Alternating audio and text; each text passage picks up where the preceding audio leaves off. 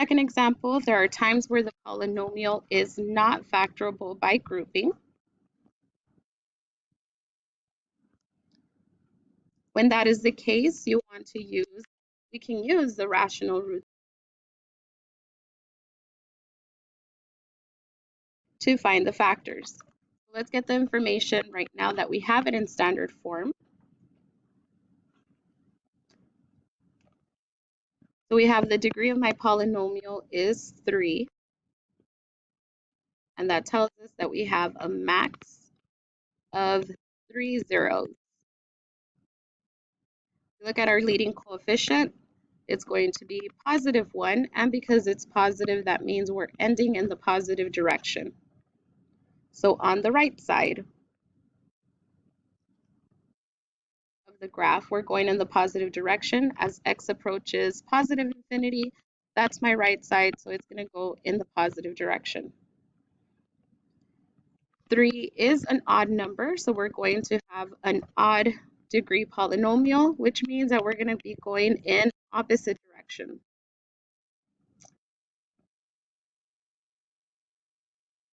So if we're already going up on the right side, then that means we're going to be going down on the left side. So as x approaches negative infinity, that's the left side, then we're going to go negative infinity.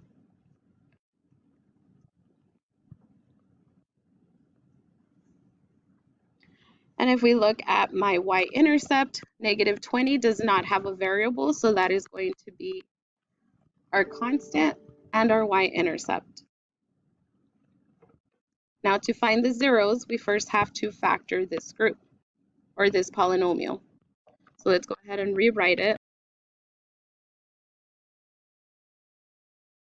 And there's 4 terms, so we're going to try to factor by grouping. This gives us x squared. This is -4. So our first factor is x squared minus 4. Then we're going to divide together our next factor. This is 4x, and this is +5. But we also have to check the first group. When we divide these two, it does not give us 4x, so this is not factorable by grouping. Because it's not factorable by grouping, we need to use the rational root theorem using the p and the q. So my p is equal to 20. My q is 1.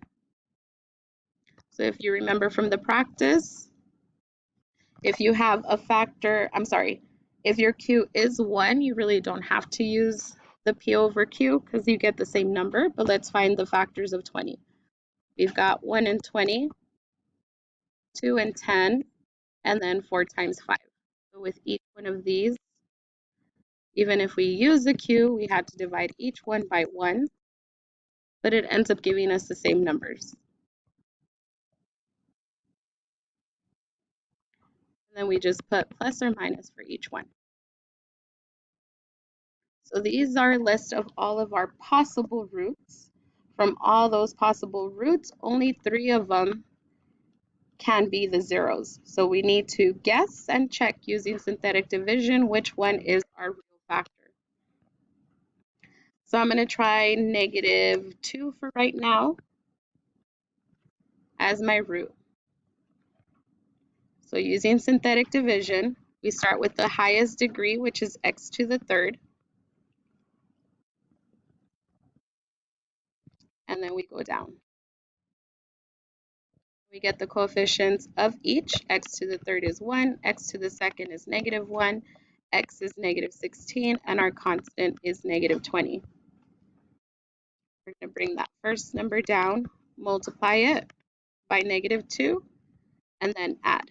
Multiply by -2, which gives us a +6, and then add. Multiply it by -2, that gives us +20. And because our remainder is 0, then that means x equal -2 is a is a 0. Because it's a 0, let's go ahead and create the factor. That's basically making it equal to 0. And x plus 2 equal to 0, so x plus 2 is my first factor. My second factors, or the second part of the equation, comes from here. whatever is left when we use synthetic division. So we have x squared minus 3x minus 10. We want to try to factor the second group further. So because we have three terms, we're going to use our a, our b, and our c. That's 1, -3, -10. We're going to multiply these two, and then the middle numbers on the bottom.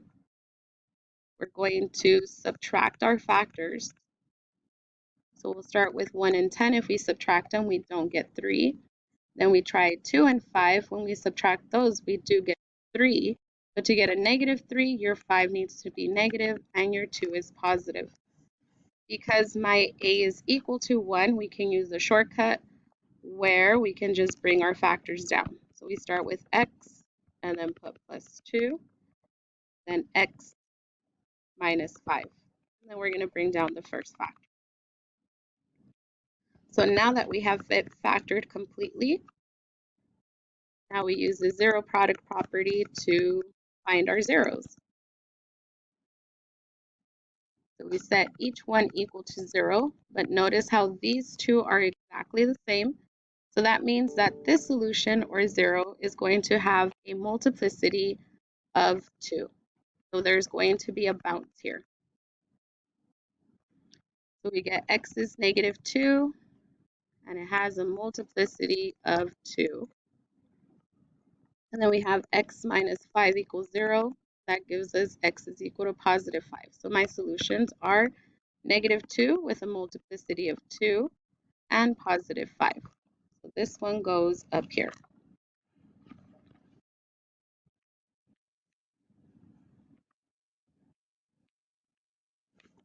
It should be a. Now that we have all the information we need, we can plot it. So we've got -2, and because there's a bounce, I'm going to label it as a bounce so it's easier when I graph it. And then we have positive 5. My y-intercept is -20. And if you notice, we won't get to -20, so I'm going to make these go by 2.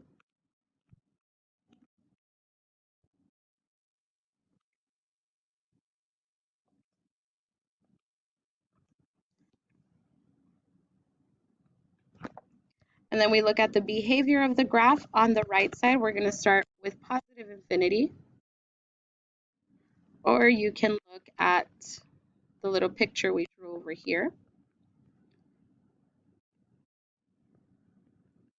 So we're going to start here, hit our y-intercept, and then here is where we're going to bounce off the x-axis and then continue. So that is a sketch of this polynomial. Now for the last one, sometimes they only give us the zeros, and when they give us the zeros, we can multiply the factors. The first thing we want to do is get the factors from the zeros. We get the factors by making them equal to 0. So in this case, we're going to subtract 3. So x minus 3 equals 0. That's going to be my first factor.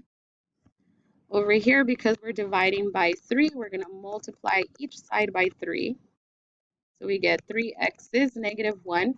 Again, we want to make it equal to 0. So we add 1, and we get 3x plus 1 equals 0. That's going to be our next factor. And then lastly, to make this one equal to 0, we add 1, so x plus 1 will be my last factor. Now that we have our factors, we're going to multiply. This gives us 3x to the second power plus 1x minus 9x minus 3. Combine like terms.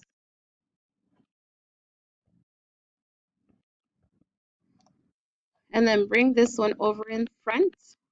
So I can just double distribute versus triple distribute.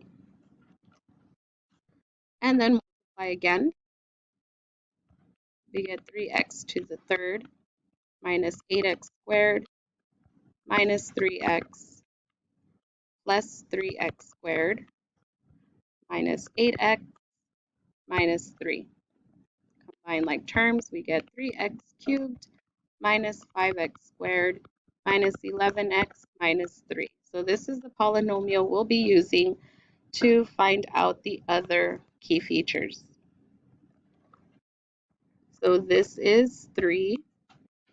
My degree is 3, which means we have a maximum of 3 zeros.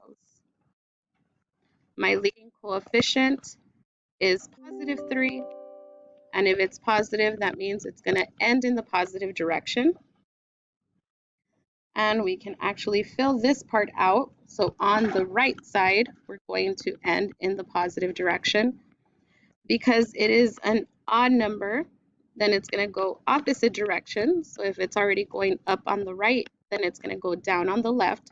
So on the left side, as x approaches negative infinity, my y's will approach negative infinity. My y-intercept is negative 3, because that's the number that's my constant. It has no variables. And then the zeros, I already gave them to us. 3, negative 1/3, and negative 1. So we've got negative 1, negative 1/3, and positive 3. And then my y-intercept is negative 3. So we start on the right side.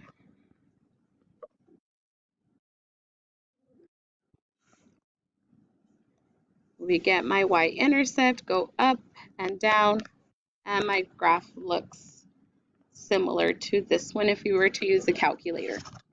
All right, good luck on your assignment and your quiz.